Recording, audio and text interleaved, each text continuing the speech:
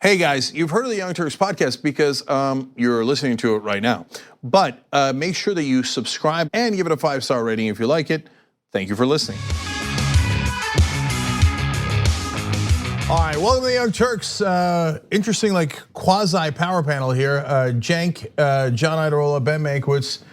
I feel like we haven't done this combo in a while, and it feels good. Yeah. How you doing, Ben? It feels okay. Okay, got you. Fair enough. Feels like Ben hasn't been on since the midterms. What do you think? Was it a wave? Yeah, I don't know. I'd like if we could win 40 seats. I think it'd be good. I think it'd be that'd be amazing. Come on, 40 seats. Yeah. Okay. So, all right, guys, walls are closing in on Trump. So huge day for tick, tick, tick, tick. So Giuliani's in a world of trouble. Panic calls to Mitch McConnell. We're going to tell you about that a little bit later. And then there's a lot of stories today that are interesting, controversial stories that are not as clear, if you ask me. So we're gonna revisit Ellen and George W. Bush because that has actually exploded further. Celebrities are taking sides, going to war. So going to Twitter war, so you know it's serious.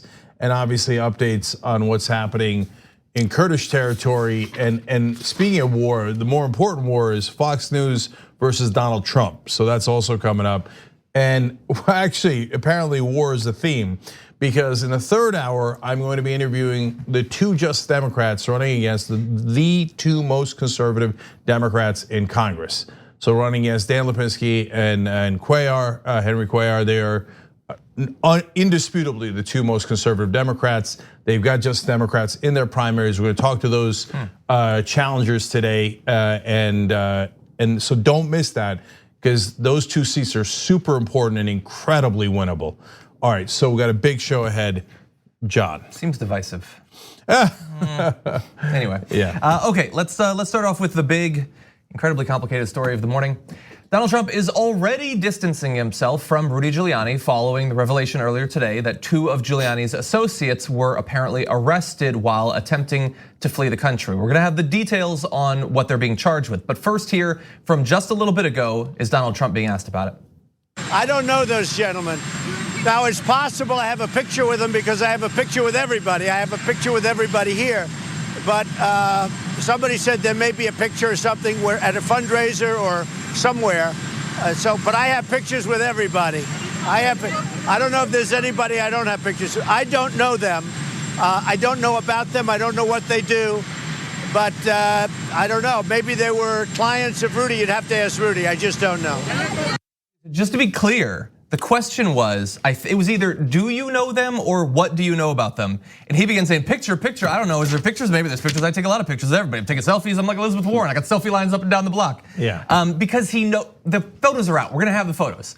We already have the photos. He knows that he's seen the photos. Everybody talking to him has seen the photos. So that performance needs to go on. Yeah, well, two things about that performance. One, it sounds like a guy who's closeted walking into a room going, "I'm not gay." Okay, no one asked, right? No one asked about the pictures yet. And you're like, it could be pictures, there could be pictures, but it doesn't mean I know them. Well, they've given a lot of money to you. So that's how you might know them, because that's the kind of folks that you usually care about. And then of course, a usual Trumpian, I've got pictures with almost everybody. Here's a person you don't have a picture with. Okay, thank God. And so it's an absurd claim, obviously. In fact, that reaction, I didn't think that Trump was that implicated. He took a ton of money from them, but he might not have known that they were funneling the money from foreign countries, etc. But his panic reaction makes me think, oh, he knew. And apparently he's more involved. Maybe. Yeah, maybe. It's hard to say. More importantly, at the end of that, he's starting to say like, yo, you should talk to Rudy. Talk to Rudy. I don't even know Rudy. Who's Rudy? So we're getting there. I love Rudy. There. Good movie. Yeah. Good movie. Kid couldn't play. Got on the team. Scored a couple of touchdowns. Yeah. But you're talking about a different Rudy, Guiliani. I never heard of him. Yeah. Rudy's like, Trump is such a good friend of mine. We're just hanging out on the side of the road, and there's a bus coming, and now he's picking me up by the seat of my pants. You know, it's funny because there was a circumstance where I would have found myself in the position of saying, well, the picture is useful politically, but the picture with the president really doesn't mean anything. They're obviously associates of Giuliani. He brought him in, get the picture. Trump's like, great to meet you guys. Thanks for all your great work. And he doesn't know them. But after that little performance, I'm like thinking, Oh no, he knows him. Yeah. Like really well. Yeah, like extremely well. Yeah. I would assume at this point that people would know some of the basics, but let's just run through it really fast, just in case. The FBI arrested the two men, Lev Parnas and Igor Fruman, who were also important witnesses in the House's impeachment inquiry, as they were trying to board a Frankfurt-bound flight with one-way tickets on Wednesday night, as you do. They were going for food, I guess. After lunch earlier in the day. Yeah. With Giuliani. At a Trump hotel. I mean, it's like out of a movie. It's pretty perfect. And as you tweeted earlier, Ben, their names sound like characters out of a film noir. Yeah. And take a look at how our Parnas justice and Igor Fruman. Somebody responded to me on Twitter with that Igor Fruman must be the brother of the Sausage King of Chicago, which is a great Ferris Bueller's Day. Abe Froman, the Sausage King of Chicago. That's pretty good. Yeah. So at an initial court appearance earlier today, prosecutors said they were concerned that they were flight risks, but that they would negotiate with their lawyers about a possible bail package. Gee, do you think they were like getting on? They checked their bag already on a one-way flight. That's not actually what happened, but they had one-way tickets out of the country. Yeah, they might be a flight risk. Okay, two things. One, under no circumstance should they get bail. If they get bail, that's the last time we ever see them. Okay. Secondly, if you want to get away with something, do not buy a one-way ticket. Mm-hmm. That's the biggest telltale sign that you're leaving and not coming back and up to no good. Exactly. So like we all know now, like the 9/11 terrorists, they all bought one-way first-class tickets, and now every law enforcement authority knows, look for the guys buying one-way tickets. I mean, maybe they were just going to Europe to find themselves. #live free. Just go. Don't book a return flight yet. You don't know where you might end up. So what did they actually do? Well, according to the indictment unsealed in New York, Parnas, Fruman, and other defendants, quote, conspired to circumvent the federal laws against foreign influence by engaging in a scheme to funnel foreign money to candidates for federal and state office, so that the defendants could buy potential influence with the candidates, campaigns, and the candidates' governments. They previously drew the attention of the FEC for donating over $300,000 to a pro-Trump super PAC, America First PAC. He doesn't know them. I don't know them. There might be a picture, there might be $325,000, but I don't know them. It remains to be seen. What does not remain to be seen is that America First PAC is taking money from people who definitely are not putting America's interests first here. But anyway, we always knew that it was a sham. So last year, they donated money to and pledged to raise additional funds for a member of Congress who was not named in the indictment, but is identified in campaign finance filings as Representative Pete Sessions, Republican of Texas. So another name gets drawn into this story. Do you have any more from that article or anything? About Pete Sessions? No, just about what they did, because Cenk, you were asking beforehand, and like the New York Times makes it a little clear, Parnas and Fruman illegally funneled money through a company they set up to mask themselves as its sources, then gave the money to pro-Trump super PAC America First. According to the indictment, prosecutors said that Parnas and Fruman, along with the other two men indicted, Correa and Kukushkin, also funneled money with ties to Russia to state and federal candidates in exchange for potential influence, according to the indictment. So there's two potential crimes here, and obviously they've been arrested, so that now alleged crimes. But one is you can't have foreign countries, companies, or individuals donate to American political campaigns. Okay, so the second not potential, but alleged crime here is that you can't donate under somebody else's name, and so that's also an allegation. So Fruman was that person actually supplying the funding, but Parnas, I believe, is the one that said he was giving the money. So that's funneling money through someone else to avoid limits, and that is also illegal. So these two guys are in a lot of trouble. And I guess these two guys are the associates of Rudy. The two other guys indicted, one of whom is expected to turn himself in, Correa, and then Kukushkin was he appeared in federal court in San Francisco. Yeah. Now, so those are the things we know, and those are the things that they're in big trouble over. What we don't know is how much Giuliani and Trump are implicated. So Giuliani is their lawyer. So if he didn't know any of this and he's their lawyer, then there's no trouble at all. Okay. On the other hand, if he did know it, and this is part of a scheme to get Ukraine to investigate the Bidens, and Giuliani is aiding and abetting that, then he's in a lot of trouble. It would be remarkable if Giuliani, who was aggressively, proudly visiting Ukraine and calling to attempt to get them to investigate Biden, was working with these two guys, Ukrainians with influence, and American citizens also. I mean, these guys are also American citizens, but that part didn't come up. I mean, like we're stretching the bounds of credulity. Right, what else was he working with them on? Like if he was their lawyer on a traffic ticket, right? Or they were brought up on armed robbery and something else, and he was their lawyer. And look at this coincidence. It turns out they're Ukrainian American and have been funneling money from outside the country into Trump's campaign. And so what were they asking for? Among the different things they were asking for was to get the US ambassador to Ukraine fired. Why? Which worked. And of course Trump did fire her, but they didn't have to ask very hard. She was not in favor of continuing the bogus requests for the corruption of the Bidens in Ukraine. So she was not in favor of that. She's like, look, I hear you, but Ukrainian government already investigated that, and it turns out there's nothing to it. So I don't know what you want me to do. And so these guys connected to Giuliani, come in and go fire her. And Trump goes, oh, okay, and he fires her. And so they got what they wanted. And look, there's another angle to this because you see all the Ukrainian figures, but you also hear about potentially money coming in from Russia. This is really important and not mentioned in almost any of the news items, okay? So why do the Russians care about any of this? Well, obviously they've got the situation where they annexed Crimea, which used to be part of Ukraine, etc. But there's an even more important reason. The Russians' #1 goal is to get our sanctions lifted off their oligarchs. So we put sanctions on them and it has affected their money. Some of their money is frozen and they can't get it. So Putin, deeply tied to the oligarchs, himself an oligarch, you think that he might care about that a little bit more than he cares about foreign policy? Yeah, it's the money, Lebowski. That's what they care the most about. So one of the things that they were pushing Trump to do is, hey, get some sort of deal between the Ukrainian government and the Russian government so we could then say, hey, everything's solved. So you can lift the sanctions and we can get our money back. So that's also playing behind the scenes here.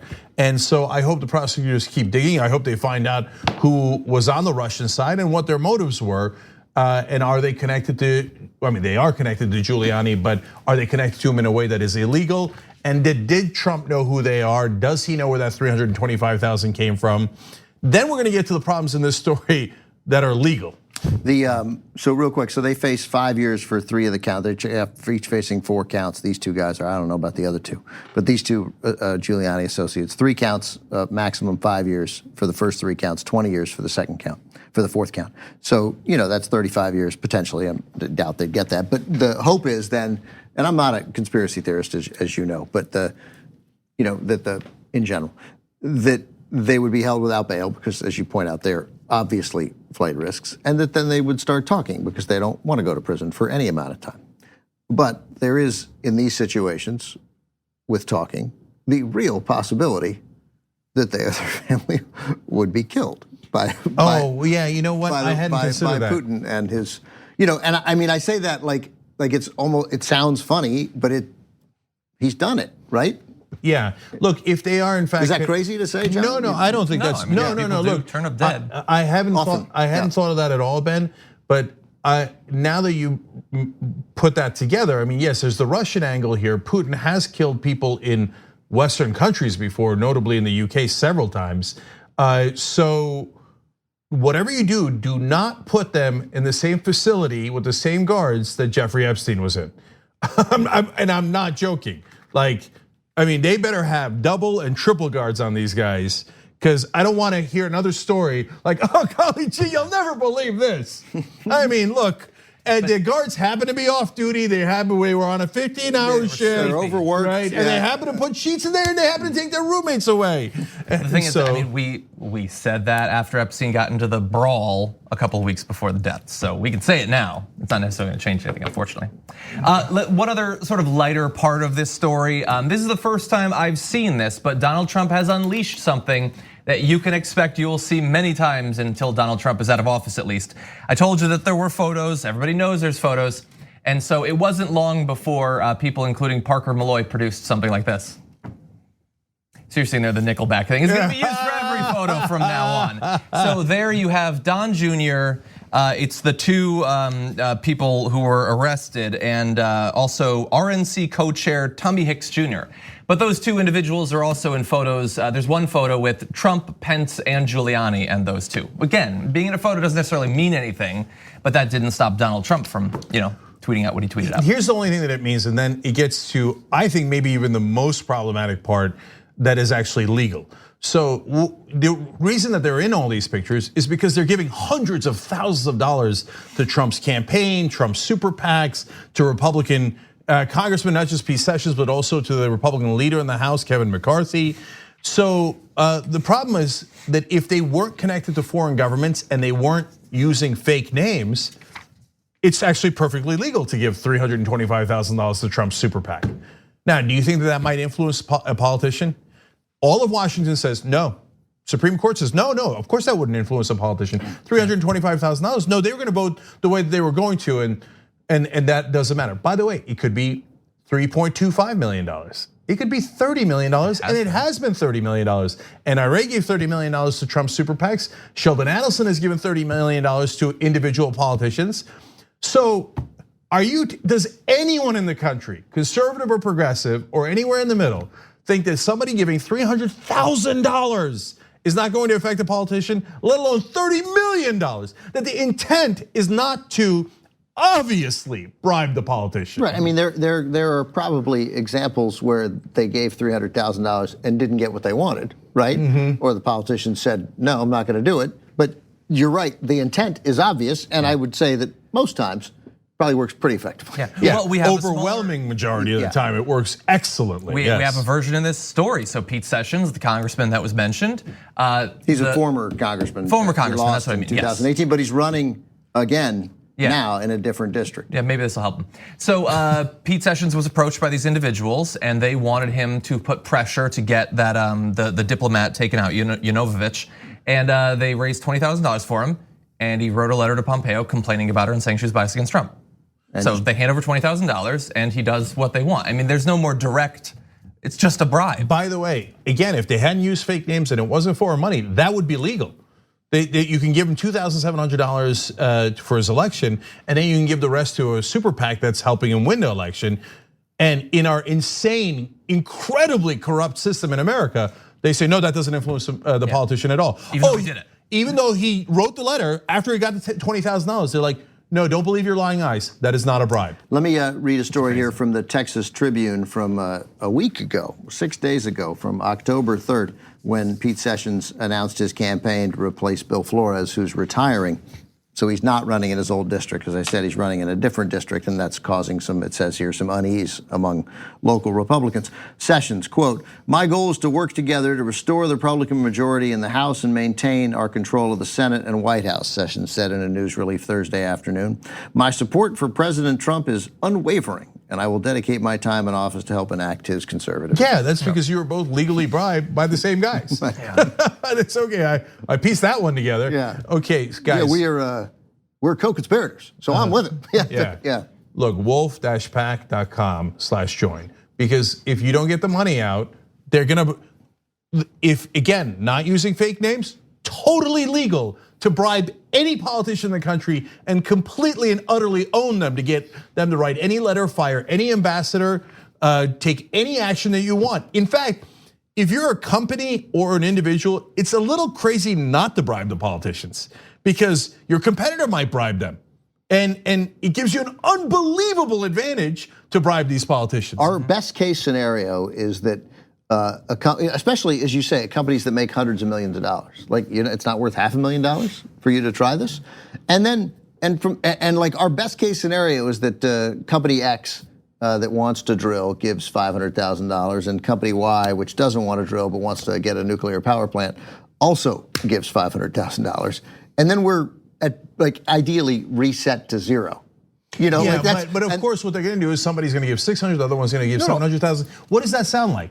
It sounds like an auction, right? Because that's what it is. No, it's not a democracy. And I don't think even that way. That's not that, because here's who's not involved in any of that. People. Yeah. That's right. That's right. That's why you got to get the money out. Wolfpack's trying to get the money out, and there's some progressive candidates running for president who are trying to get the money out. Until you get the money out, this corruption is going to continue unabated ever. And reporters that don't concentrate on that don't understand politics at all. Politicians who don't understand that that's the cancer in the system don't understand politics at all and will get nothing accomplished. You know, I just don't understand why in my scenario that sort of grassroots activists concerned about global warming, they need to give $500,000 to even the playing field. And if they just do that, then we're fine. This is the absurdity of the American system. Right. So that's why you've got foreign actors coming in, and a lot of times this is dark money. You're not even allowed to find out where the money came from. So how would we know if it's a foreign government or not a foreign government, a foreign actor or not a foreign actor? A lot of times you can't even ask. This is absurd. The American government is for sale. We shouldn't be surprised that some of the bidders are foreign governments. Yeah. They're like, if you're for sale, I'll buy you. We should probably take a break. Lots of stuff to get to.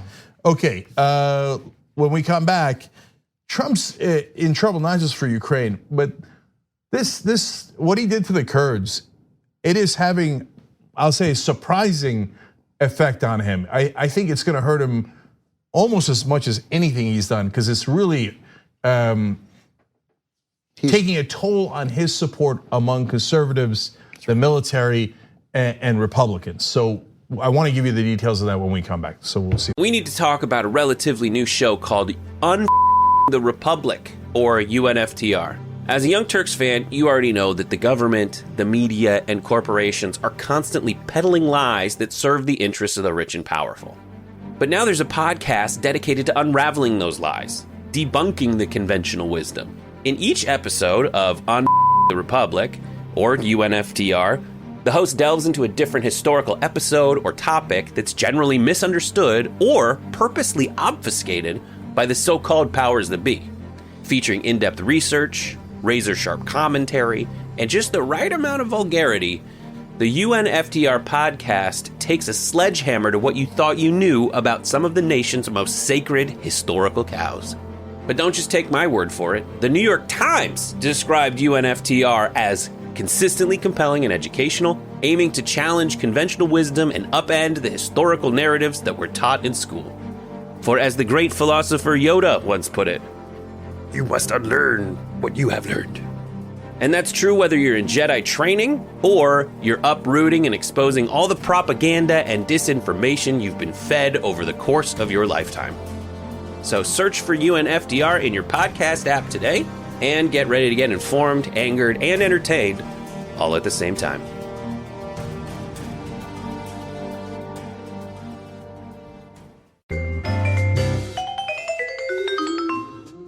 All right, back on the Young Turks. First of all, I want to tell you guys, I'm going to Ohio on Tuesday, and I hope to see you guys there. We're going to do a meetup there.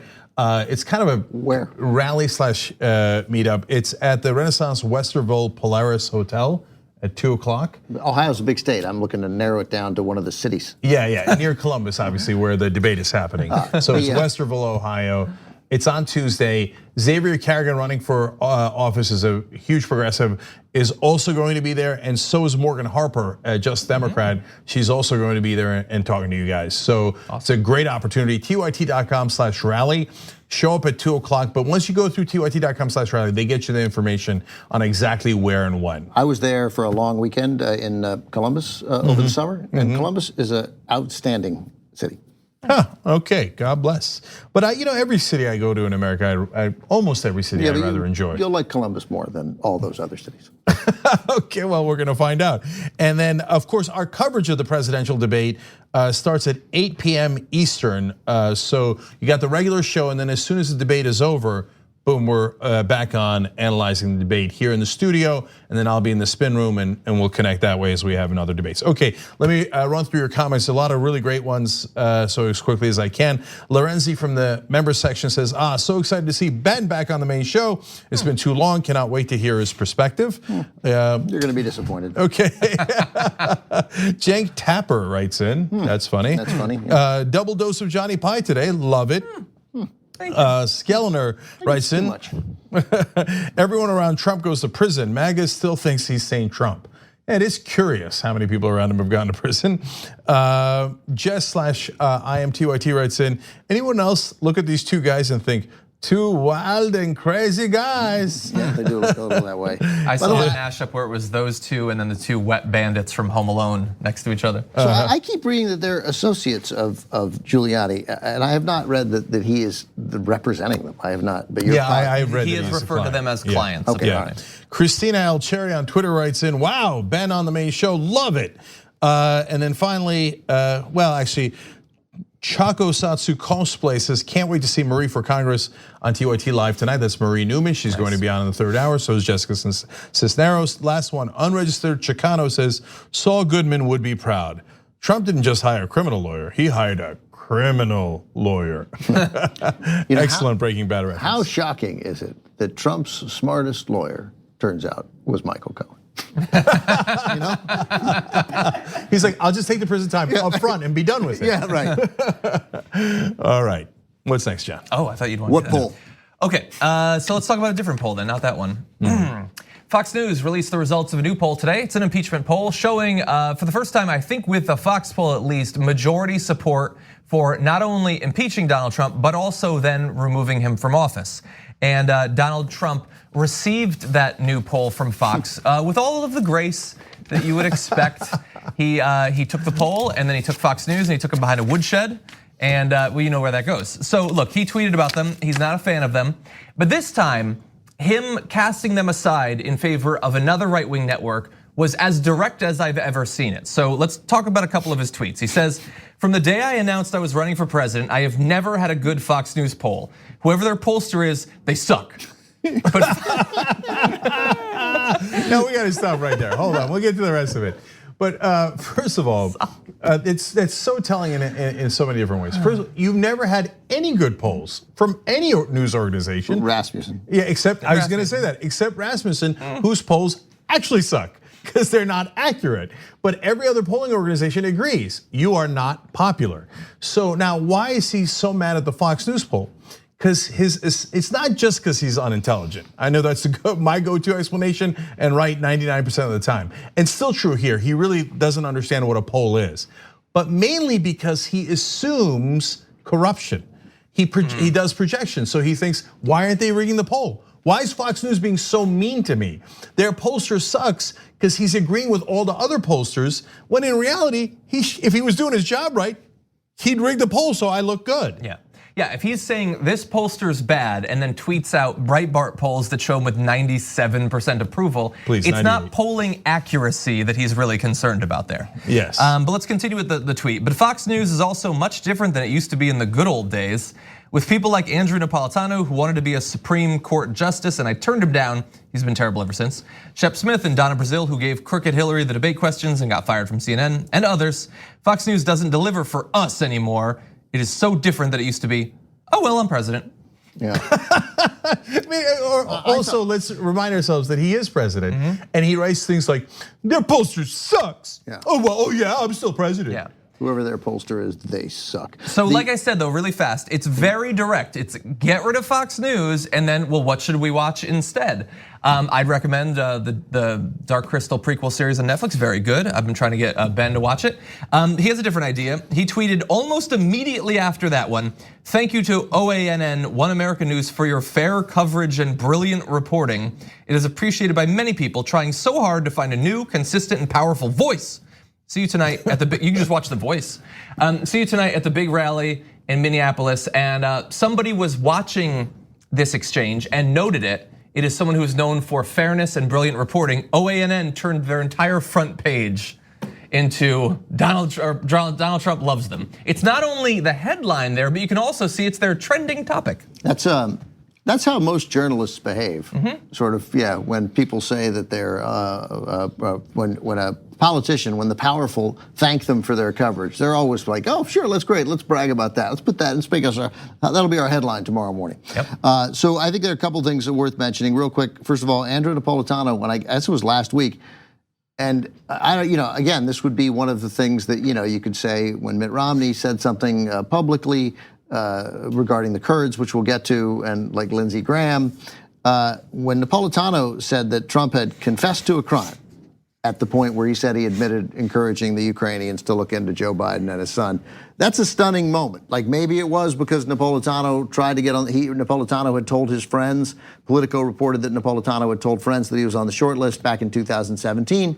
And so maybe he's bitter, I don't know, but still having the most prominent legal analyst at Fox News suggest that the president had just committed a serious crime was a significant moment. Then the story that broke today, reading from the New York Times today, is that it turns out that last night, Wednesday night, William Barr met privately with Rupert Murdoch. And given Trump's clear frustration, Trump's frustration at Fox News, as we know, because he's tweeted before, did not start this morning. So I imagine what William Barr was saying, hey, we're going through this difficult impeachment inquiry and we desperately need spun coverage in our favor. I mean, I don't think we need to interpret what likely happened there. How do we mend this relationship so that you people get in line? Right, but you know what? Maybe that's a little bit of good news because that meeting happened on Wednesday and Fox News hosts continue unabated. And so maybe Murdoch said, no, we are not going to slant our coverage. I mean, it's already massively slanted, but we're not going to give you an extra break. And that's why Trump might be even more furious today. Yeah. Maybe, my hunch is he can't restrain himself that today was the day. But it's true, the poll didn't come out today, right? Isn't the impeachment poll? It came out yesterday. Yesterday, so, but I mean, so the poll came out yesterday, the meeting was last night, and yet he's tweeting about it today. It would suggest that whatever came out of that meeting, unless it was just a friendly meeting among friends and they didn't talk politics. And it didn't work. It didn't work, that's right. Yeah. So you were sort of jokingly saying like, this is totally what a serious news organization would do. I mean, I think rational people would look at like, if a news organization is getting praised by a politician, then probably they're not being as critical as maybe they should be. But it feels like an increasing number of people just view politics as a series of cults of personality around leader figures in politics and media. And especially when it comes to people like Donald Trump, I had author Jason Stanley on who literally wrote a book of how fascism works. He looks at it entirely through the lens of loyalty to the leader. And so this is an incredibly effective way to discredit an entire news organization for people who believe that loyalty to Trump is the only thing that matters. It's not like they don't need to win awards, they don't need to break stories, they don't need to have a big investigative reporting team. They need to demonstrate the most loyalty and get the literal thumbs up from Donald Trump for that loyalty. And that's potentially all it takes. And we know that that's what Trump values more than anything in his organization, what he's valued throughout his career is loyalty. Yeah. That's because like the same thing for mob bosses. They value loyalty over competence, and it's actually a rational thing to do because if they don't have loyalty, they're gonna go to prison. If the bank robber is not as competent, they'll live, right? So, and Trump being a lifelong criminal values loyalty more than competence. That's why he has the most incompetent administration anybody's ever seen. But they're loyal. But they're loyal until he fires them, until he throws them under a bus, et cetera. But two more things about Fox that are important. One is that poll is damning. So 51% didn't just say he should be impeached. They said impeached and removed from office. That means convicted in the Senate.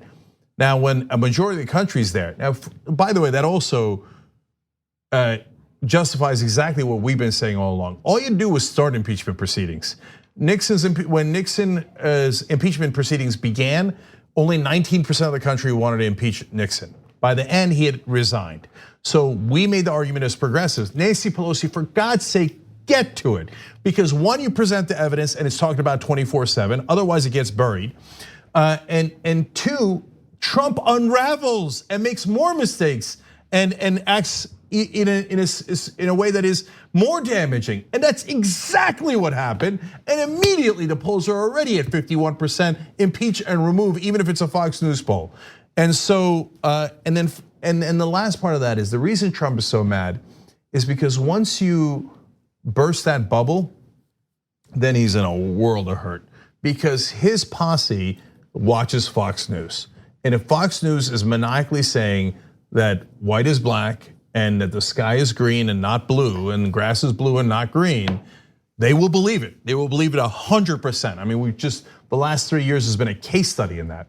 But if half of them are saying, no, the sky's actually blue, they might actually look up and go, oh wow, it is kind of blue, isn't it?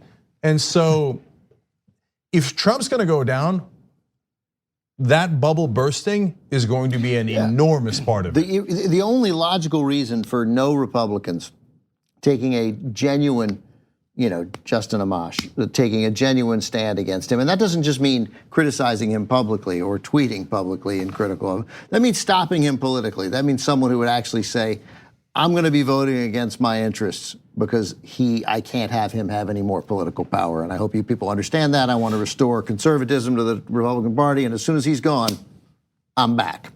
Right? And the reason that nobody has done that, we have to believe, other than being craven, blind followers of the dear leader, is that they see that 90% approval among Republicans and realize that their own political careers are in jeopardy if they do that, right? I think they're mistaken, but that's what they think.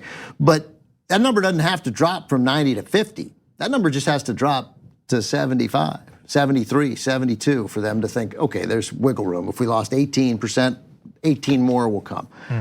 So this is a sign. And let me say one other thing, because the rest of the Fox poll came out today real quick, and it restored Biden to a 10-point lead over Warren, 32-22 with Bernie at 17 and nobody else worth mentioning. So that was the top three, but then it also did the head-to-head matchups. And now what has to concern Joe Biden, Biden 50, Trump 40, Warren 50, Trump 40. And Bernie 49, Trump 40. So all three of them winning by 9 or 10 points, which massively, again, if that trend shows, then Joe Biden's biggest argument, which is I'm the guy who beats him, starts to be undercut. It's just one poll, but I thought it was worth mentioning. Yeah, okay, real quick, I'm gonna do one more story related to Fox, so come to me. Somebody from US Special Forces called in to a Fox News reporter and had some devastating things to say. Oh, that was a Fox News reporter? Yes, Jennifer Griffin is who he called into. We don't know his name. He's a member of the US Special Forces that fought alongside the Kurdish-led Syrian Democratic Forces. He said, quote, I am ashamed for the first time in my career. He said, Turkey is not doing what it agreed to. It is horrible. We met every single security agreement. The Kurds met every single agreement with the Turks. There was no threat to the Turks, none from this side of the border. Look, I'll give my opinion. I don't think that's completely accurate. I think there is Kurdish terrorism inside of Turkey, and some of it does come from the Syrian side. I don't think that it merits Turkey going into northern Syria. And it certainly does not merit, from America's perspective, America betraying the Kurds who fought with them. And this is a guy who did fight with them. I'm gonna tell you about another guy who was in the military who fought with them, who said something interesting too. But this is Fox News reporting it, so it's even more damaging. He went on to say, this is insanity. I don't know what they call atrocities, but they are happening. And today, reports out 7 civilians have already been killed in the Turkish incursion into Kurdish territory in Syria. So civilians being killed, obviously, not only bombing from the planes, obviously, but also the ground invasion has begun. And so look, this is more damaging to Trump, I think, than a lot of people understand. He's losing Republican senators on this. That doesn't mean they're totally gone, but they're super mad. And they're mad for a number of reasons. The military-industrial complex doesn't like this. Our other allies, Saudi Arabia, Israel, et cetera, don't like this.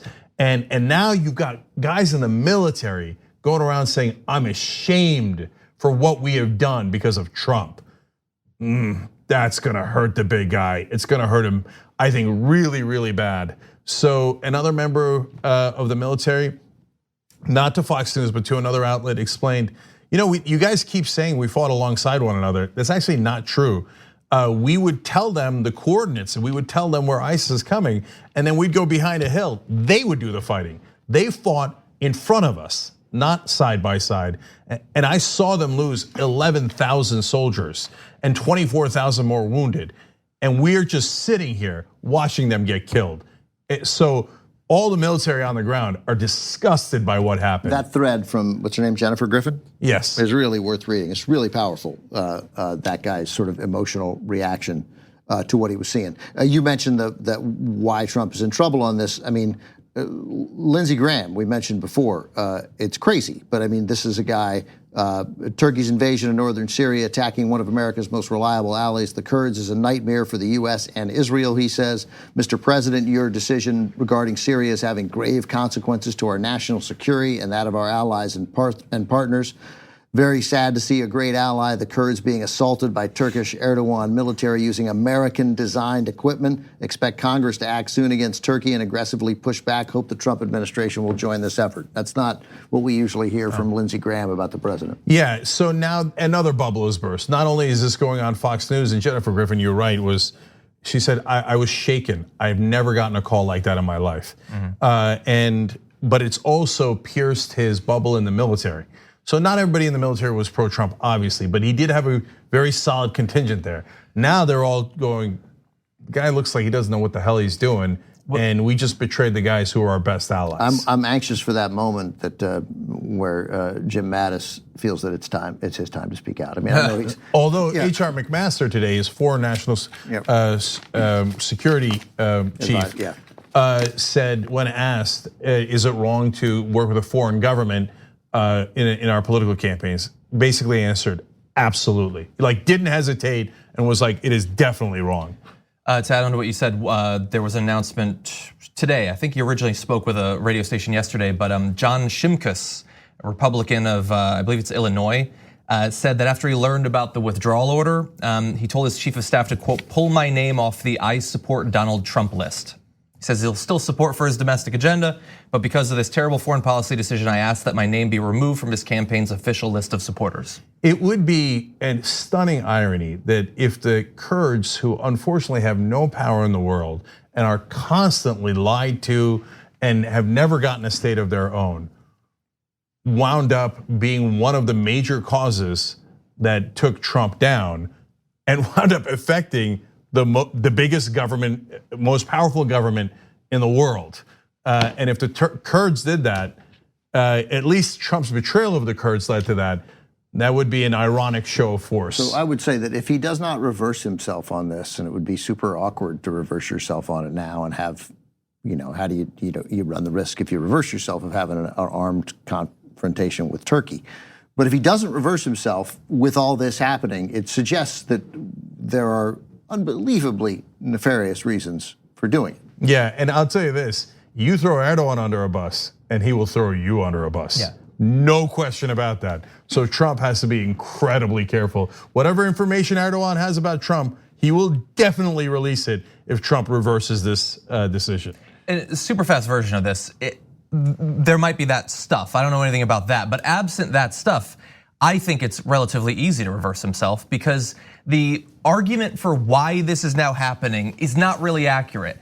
They're not invading this area and trying to massacre the Kurds because we pulled 4 soldiers out of the area. We still have like 1,000 soldiers in Syria. It's not like this represents an actual withdrawal from Syria. It's a token movement of soldiers. The reason they're coming in is because Trump gave them the okay. He just made it clear, probably before, but definitely after, that if they go in, if they invade, if they bomb, it's going to be fine. No, Ben's right. Yes, you're right, John, that accurately describes the events. But Ben is right that you can't reverse it now. You can't say, okay, Turkey, take your tanks, because now it's a ground invasion. Turn around. And turn around. They're gonna say no.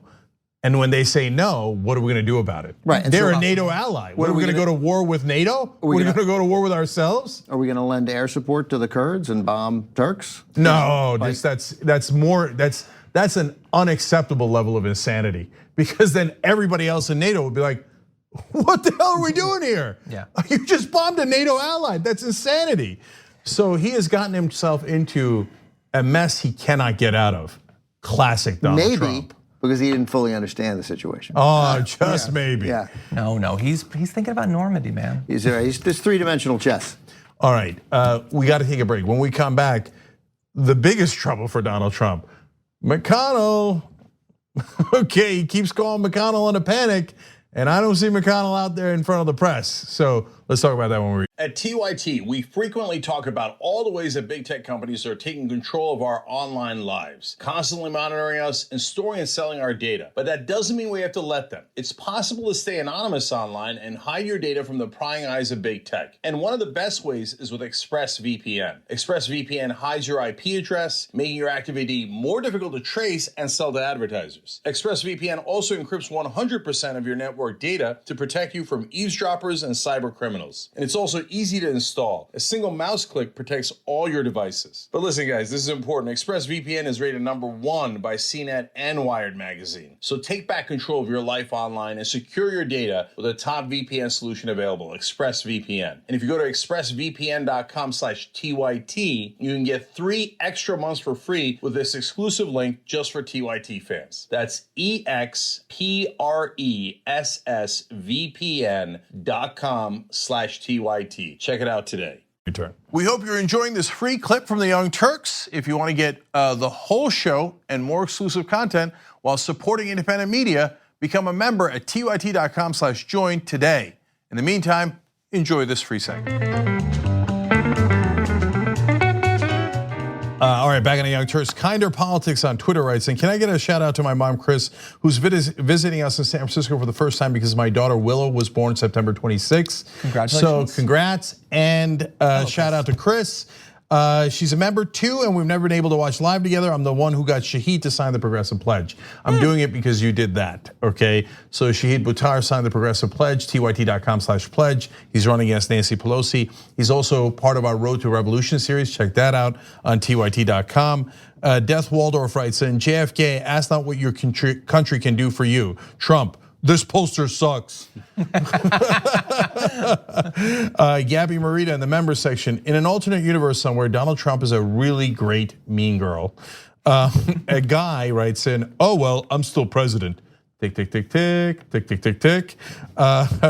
Wakanda would make Trump cry, writes in, also Trump on polling.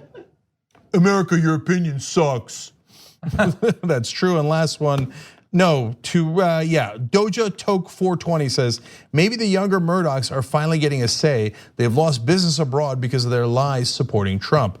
Doja, totally correct. Lachlan Murdoch opposed to this going in this direction. The younger Murdochs are like, we got other business interests, and this Fox News supporting Trump like a madman is killing us. Let me, and that is having a big effect. 30 seconds less that I heard from a number of people who had worked at Disney, and I don't know how this is eventually going to shake out, but that initially there was consideration that movies would still be released under the Fox banner when Disney acquired Fox, but that the big concern with that around the world was the name Fox, that the Fox News had so tarnished that brand that they were, and it appears they are, there's not going to be any movies from Fox. There'll be Fox Searchlight, but no Fox movies. Yeah, by the way, I have a different source confirming the same thing.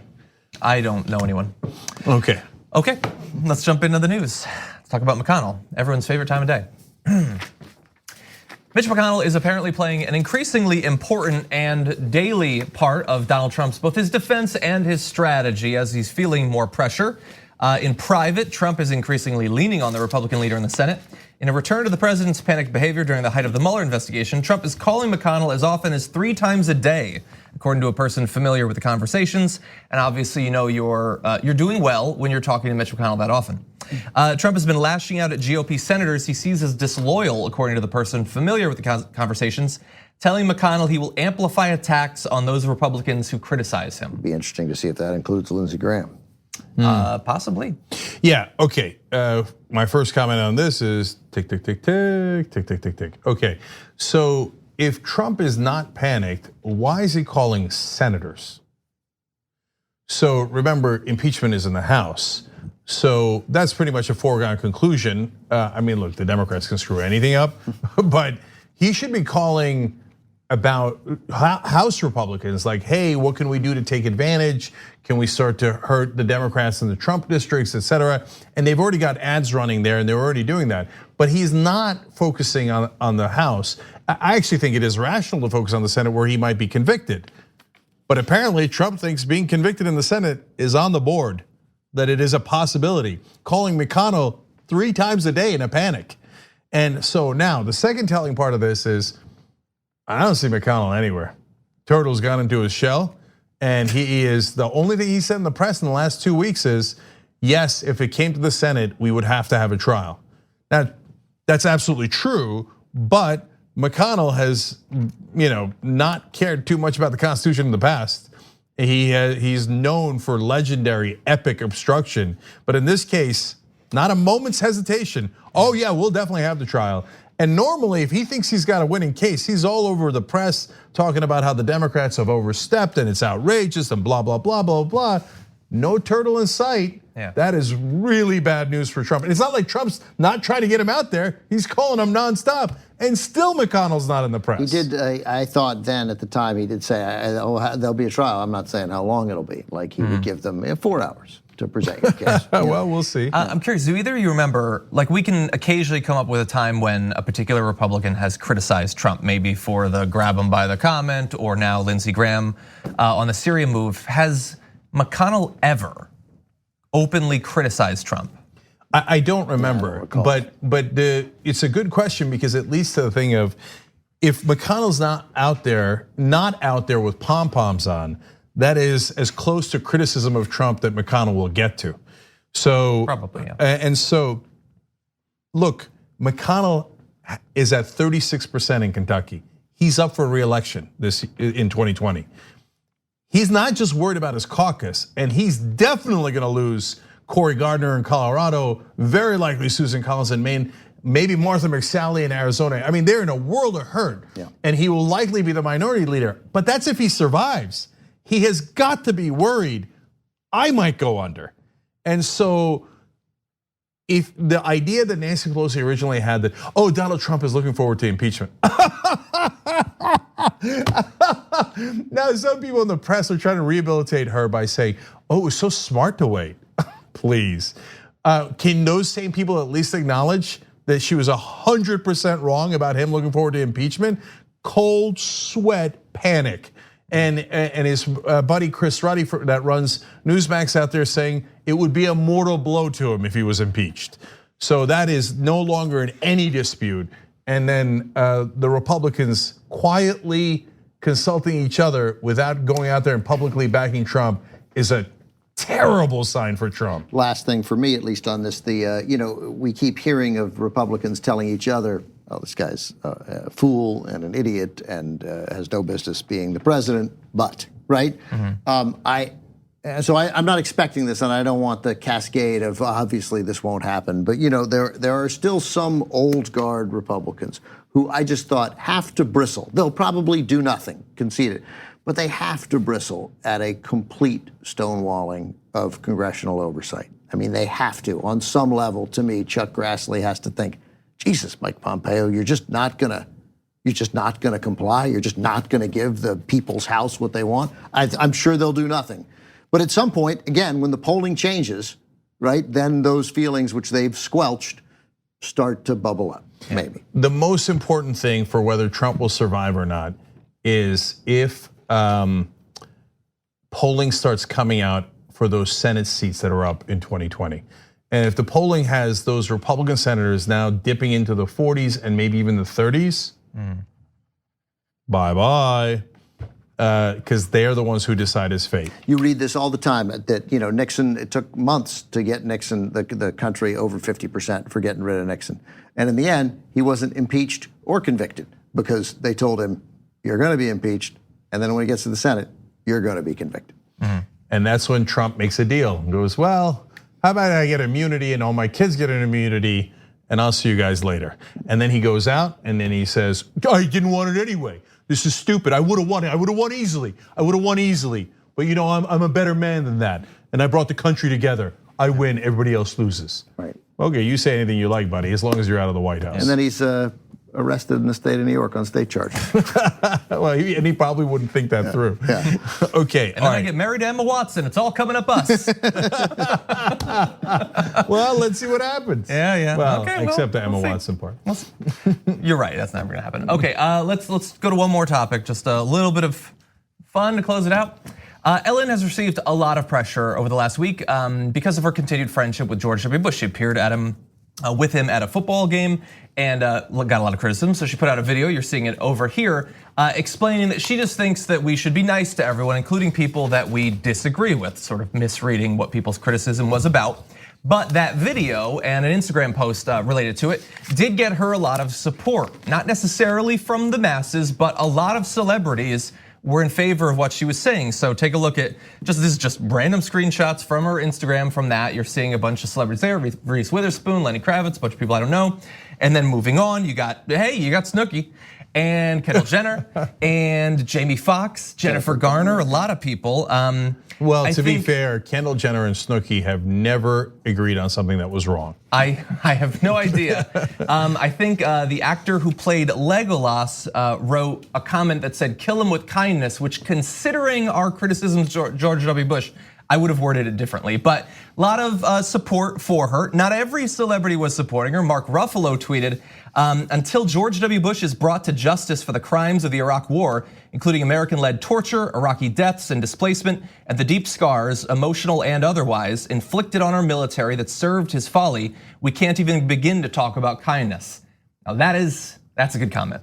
So Mark Ruffalo swung me, and this is funny because we have a poll, and as I was voting on the poll, I kept going back and forth between yes and no. So you guys did not. You were very clear. We asked, is it appropriate for Ellen to be pals with George W. Bush? tyt.com/Ellen is the URL for it. You can keep on voting, but 26% said yes, 74% said no. It is inappropriate. Ellen should not be friends with George W. Bush. By the way, I like that. Ellen's gonna take that under advisement. She's gonna be like, oh, the TYT audience says it. Okay, I'm gonna reconsider. But she should reconsider because I was more undecided yesterday because, and I made the case for it, for yes. I've made the case for both, hence undecided, because Ellen brings a lot of people in to progressive positions. So a lot of people watch her that maybe are Republicans and conservatives, but they like her a lot, and she reaches out to them, and then they start to think, well, maybe lesbians aren't so bad. Maybe the LGBT community is not so bad. Maybe maybe they should have the same rights as us. Maybe they should corrupt our students. But seriously, that makes a giant difference. Ellen's entire career has made a giant difference, and part of it has been not harsh, not judgmental, but welcoming. So that's a really compelling case for yes. Compelling case for no is that all the obvious stuff. Bush is a monster, 1 million dead Iraqis. But most importantly, in this context, I would say, the dead Iraqi civilians is of course the most important overall. But in this context, he not only was against gay rights, they ran their 2004 re-election campaign specifically against gay rights. They had ballot measures in all the different states that they planted, Karl Rove did, on purpose, because they knew how much Republicans hated gay Americans and that they would show up to vote against gay Americans and vote for Bush in the meanwhile. And it worked. Bush got elected, and a lot of those ballot measures that put hatred into law in those states got passed. Brought people out. Yeah, so why? So then, all right, a lot of people would think, it's not a hard question. That's why we've got 3-1 here. Curious what you think. But the reason Mark Ruffalo swung me is, I thought, wait a minute, he's never apologized. It's one thing to forgive someone after they've apologized, but he never came out and said, hey, I'm sorry for targeting gay Americans and driving fear and hatred against you.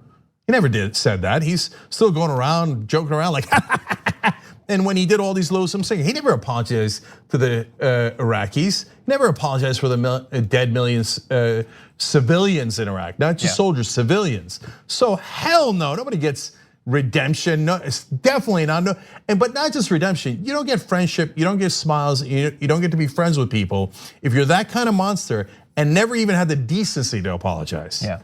Yeah, I'll keep it short. I mean, I agree with both of the areas you focused on there. I talked about this on the show earlier this week, and I got some pushback for talking about those sorts of ballot measures and things like that. And I think that the pushback was right, although I feel that it's right to say that he was wrong in that area because I'm not a member of the LGBTQ community. I should feel uncomfortable telling her how she should think about that and who she should support. So I'm perfectly fine focusing on Iraq as the single biggest issue.